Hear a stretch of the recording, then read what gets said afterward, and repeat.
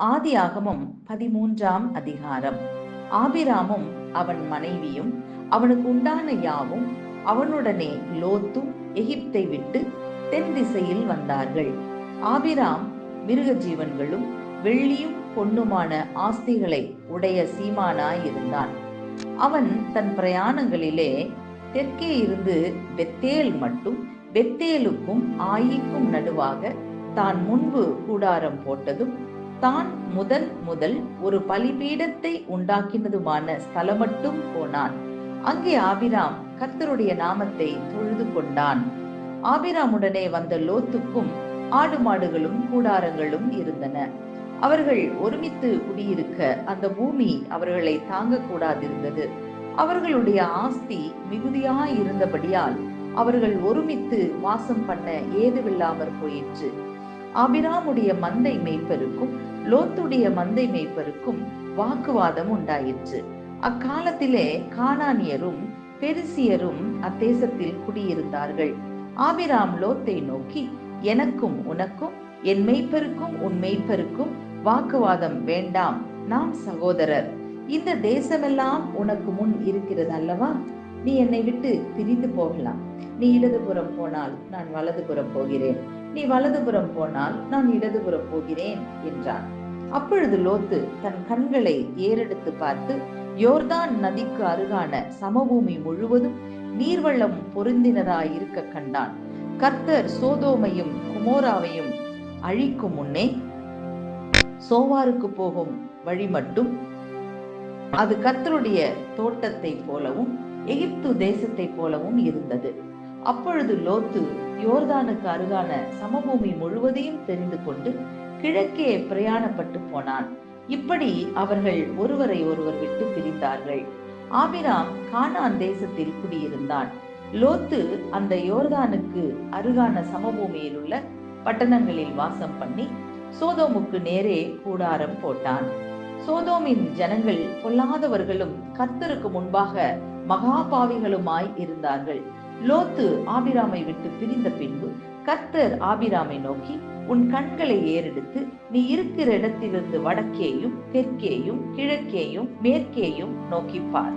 நீ பார்க்கிற இந்த பூமி முழுவதையும் நான் உனக்கும் உன் சந்ததிக்கும் என்றைக்கும் இருக்கும்படி கொடுத்து உன் சந்ததியை பூமியின் தூளை போல பெருக பண்ணுவேன். ஒருவன் பூமியின் தூளை எண்ணக்கூடுமானால் உன் சந்ததியும் எண்ணப்படும். நீ எழுந்து தேசத்தின் நீளமும் அகலமும் எம்மட்டோ அம்மட்டும் நடந்து திரி, உனக்கு அதை தருவேன் என்றார். அப்பொழுது ஆபிராம் கூடாரத்தை பெயர்த்து கொண்டு போய் எபிரோனில் இருக்கும் மம்ரேயின் சமபூமியில் சேர்ந்து குடியிருந்து அங்கே கர்த்தருக்கு ஒரு பலிபீடத்தை கட்டினான். ஆதியாகமம் 14ஆம் அதிகாரம். சினேயாரின் ராஜாவாகிய அம்ராக்பேலும் ஏலாசாரின் ராஜாவாகிய அரியோவும் ஏலாமின் ராஜாவாகிய கெதர்லாகோமேரும் ஜாதிகளின் ராஜாவாகிய திதியாலும் இருந்த நாட்களில் அவர்கள் சோதோமின் ராஜாவாகிய பேராவோடும் கொமோராவின் ராஜாவாகிய பிர்சாவோடும் அத்மாவின் ராஜாவாகிய சினேயாவோடும் செபோயிமின் ராஜாவாகிய செமேபரோடும் சோவார் என்னும் பேலாவின் ராஜாவோடும் யுத்தம் பண்ணினார்கள். இவர்கள் எல்லாரும் உப்பு கடலாகிய சித்தீம் பள்ளத்தாக்கிலே கூடினார்கள். இவர்கள் 12 வருஷம் கெதர்லா கோமேரை சேவித்து 13ஆம் வருஷத்திலே கலகம் பண்ணினார்கள். 14ஆம் வருஷத்திலே கெதர்லா கோமேரும் அவனோடே கூடியிருந்த ராஜாக்களும் வந்து அஸ்தரோத் கர்னாயிமிலே இருந்த ரெப்பாயிமியரையும் காமிலே இருந்த சூசிமியரையும் சாவே கீரியாத்தீமிலே இருந்த ஏமியரையும் சேயீர் மலைகளில் இருந்த ஓரியரையும் வனாந்தரத்துக்கு அருகான எல்பரான் மட்டும் முறியடித்து திரும்பி காதேஸ் என்னும் என்மிஸ்பாத்துக்கு வந்து அமலேக்கியருடைய நாடு அனைத்தையும் அத்சாசோன் தாமாரிலே குடியிருந்த எமோரியரையும் கூட சங்கரித்தார்கள்.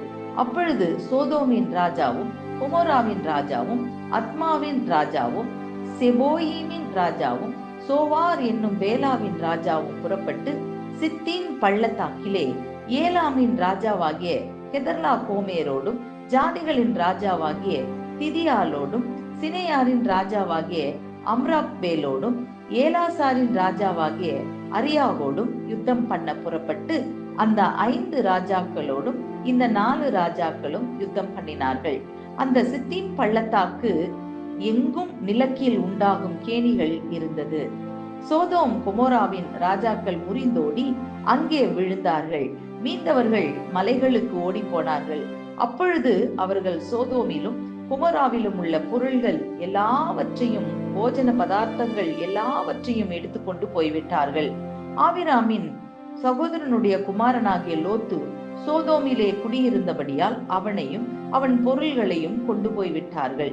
தப்பியோடின ஒருவன் எபிரெயனான ஆபிராமிடத்தில் வந்து அதை அறிவித்தான்.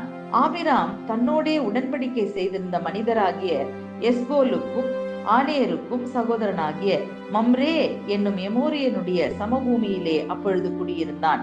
தன் சகோதரன் சிறையாக கொண்டு போகப்பட்டதை ஆபிராம் கேள்விப்பட்ட போது அவன் தன் வீட்டிலே பிறந்த கைப்படிந்தவர்களாகிய 318 ஆட்களுக்கும் ஆயுதம் தரிப்பித்து தான் என்னும் ஊர் மட்டும் அவர்களை தொடர்ந்து ராக்காலத்திலே அவனும் அவன் வேலைக்காரரும் பிரிந்து பவுஞ்சுகளாய் அவர்கள் மேல் விழுந்து அவர்களை முறியடித்து தமஸ்குவுக்கு இடதுபுறமான ஓபா மட்டும் துரத்தி சகல பொருள்களையும் திருப்பி கொண்டு வந்தான்.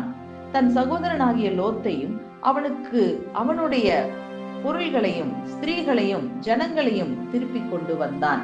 அவன் கெதர்லா கோமேரையும் அவனோடு இருந்த ராஜாக்களையும் முறியடித்து திரும்பி வருகிற போது சோதோமின் ராஜா புறப்பட்டு ராஜாவின் பள்ளத்தாக்கு என்னும் சாவே பள்ளத்தாக்கு மட்டும் அவனுக்கு எதிர்கொண்டு போனான். அன்றியும் உன்னதமான தேவனுடைய ஆசாரியனாயிருந்த சாலேமின் ராஜாவாகிய மெல்கி சேதேக்கு அப்பமும் திராட்சரசமும் கொண்டு வந்து அவனை ஆசீர்வதித்து, வானத்தையும் பூமியையும் உடையவராகிய உன்னதமான தேவனுடைய ஆசீர்வாதம் ஆபிராமுக்கு உண்டாவதாக, உன் சத்துருக்களை உன் கையில் ஒப்பு கொடுத்த உன்னதமான தேவனுக்கு ஸ்தோத்திரம் என்று சொன்னான். இவனுக்கு ஆபிராம் எல்லாவற்றிலும் தசமபாகம் கொடுத்தான். சோதோமின் ராஜா ஆபிராமை நோக்கி, ஜனங்களை எனக்கு தாரும், பொருள்களை நீர் எடுத்துக்கொள்ளும் என்றான். அதற்கு ஆபிராம் சோதோமின் ராஜாவை பார்த்து, ஆபிராமை ஐஸ்வர்யவன் ஆக்கினேன் என்று நீ சொல்லாதபடிக்கு நான் ஒரு சரட்டையாகிலும் பாதரட்சியின் வாரையாகிலும் உமக்கு உண்டானவைகளில் யாதொன்றையாகிலும் எடுத்துக்கொள்ளேன் என்று வானத்தையும் பூமியையும் உடையவராகிய உன்னதமான தேவனாகிய கர்த்தருக்கு நேராக என் கையை உயர்த்துகிறேன். வாலிபர் சாப்பிட்டது போக என்னுடனே வந்த ஆனேர், எஸ்கோல், மம்ரே என்னும் புருஷருடைய பங்கு மாத்திரமே வரவேண்டும். இவர்கள் தங்கள் பங்கை எடுத்துக்கொள்ளட்டும் என்றான். சங்கீதம் 7. என் தேவனாகிய கர்த்தாவே, உம்மை நம்பி இருக்கிறேன். என்னை துன்பப்படுத்துகிறவர்கள் எல்லாருக்கும் என்னை விலக்கி ரட்சியும். சத்துரு சிங்கம் போல் என் ஆத்துமாவை பிடித்து கொண்டு போய் விடுவிக்கிறவன் இல்லாமையால் அதை பீறாதபடிக்கு என்னை தப்புவியும். என் தேவனாகிய கர்த்தாவே, நான் இதை செய்ததும் என் கைகளில் நியாயக்கேடு இருக்கிறதும், என்னோட சமாதானமாய் இருந்தவனுக்கு நான் தீமை செய்ததும், காரணம் இல்லாமல் எனக்கு சத்ருவானவனை நான் கொள்ளையிட்டதும் உண்டானால், பகைஞன் என் ஆத்துமாவை தொடர்ந்து பிடித்து என் பிராணனை தரையிலே தள்ளி மிதித்து என் மகிமையை தூளிலே தாழ்த்த கடவன். கர்த்தாவே, நீர் உம்முடைய கோபத்தில் எழுந்திருந்து என் சத்துருக்களுடைய மூர்க்கங்களின் நிமித்தம் உம்மை உயர்த்தி எனக்காக விழித்துக் கொள்ளும். நியாய தீர்ப்பை நியமித்திருக்கிறீரே, ஜனக்கூட்டம் உம்மை சூழ்ந்து கொள்ளும். அவர்களுக்காக திரும்பவும் உன்னதத்திற்கு எழுந்தருளும். கர்த்தர் ஜனங்களுக்கு நியாயம் செய்வார். கர்த்தாவே, என் நீதியின்படியும் என்னில் உள்ள உண்மையின்படியும் எனக்கு நியாயம் செய்யும். துன்மார்க்கனுடைய பொல்லாங்கை ஒழிய பண்ணும். நீதிமானை ஸ்திரப்படுத்துவீராக. நீதி உள்ளவராயிருக்கிற தேவரீர் இருதயங்களையும் உள்ளிந்திரியங்களையும் சோதித்தறிகிறவர். செம்மையான இருதயம் உள்ளவர்களை ரட்சிக்கிற தேவனிடத்தில் என் கேடகம் இருக்கிறது. தேவன் நீதியுள்ள நியாயாதிபதி. அவர் நாள்தோறும் பாவியின் மேல் சினம் கொள்கிற தேவன். அவன் மனம் திரும்பாவிட்டால் அவர் தம்முடைய பட்டயத்தை அறுக்காக்குவார். அவர் தம்முடைய வில்லை நானேற்றி அதை ஆயத்தப்படுத்தி இருக்கிறார். அவனுக்கு மரணாயுதங்களை ஆயத்தம் பண்ணினார். தம்முடைய அம்புகளை அக்கினி அம்புகள் ஆக்கினார். இதோ, அவன் அக்கிரமத்தை பெற கற்ப வேதனை படுகிறான். தீவினையை கற்பந்தரித்து பொய்யை பெறுகிறான். குழியை வெட்டி அதை ஆழமாக்கினான். தான் வெட்டின குழியில் தானே விழுந்தான். அவன் தீவினை அவன் சிரசின் மேல் திரும்பும், அவன் கொடுமை அவன் உச்சந்தலையின் மேல் இறங்கும். நான் கர்த்தரை அவருடைய நீதியின்படி துதித்து உன்னதமான கர்த்தருடைய நாமத்தை கீர்த்தனம் பண்ணுவேன். மத்தேயு 4ஆம் அதிகாரம் 1ஆம் வசனம் முதல் 11ஆம் வசனம் முடிய. அப்பொழுது இயேசு பிசாசினால் சோதிக்கப்படுவதற்கு ஆவியானவராலே வனாந்திரத்திற்கு கொண்டு போகப்பட்டார். அவர் இரவும் பகலும் 40 நாள் உபவாசமாய் இருந்த பின்பு அவருக்கு பசி உண்டாயிற்று. அப்பொழுது சோதனைக்காரன் அவரிடத்தில் வந்து, நீர் தேவனுடைய குமாரனேயானால் இந்த கல்லுகள் அப்பங்களாகும்படி சொல்லும் என்றான். அவர் பிரதியுத்தரமாக, மனுஷன் அப்பத்தினாலே மாத்திரமல்ல, தேவனுடைய வாயிலிருந்து புறப்படுகிற ஒவ்வொரு வார்த்தையினாலும் பிழைப்பான் என்று எழுதியிருக்கிறதே என்றார்.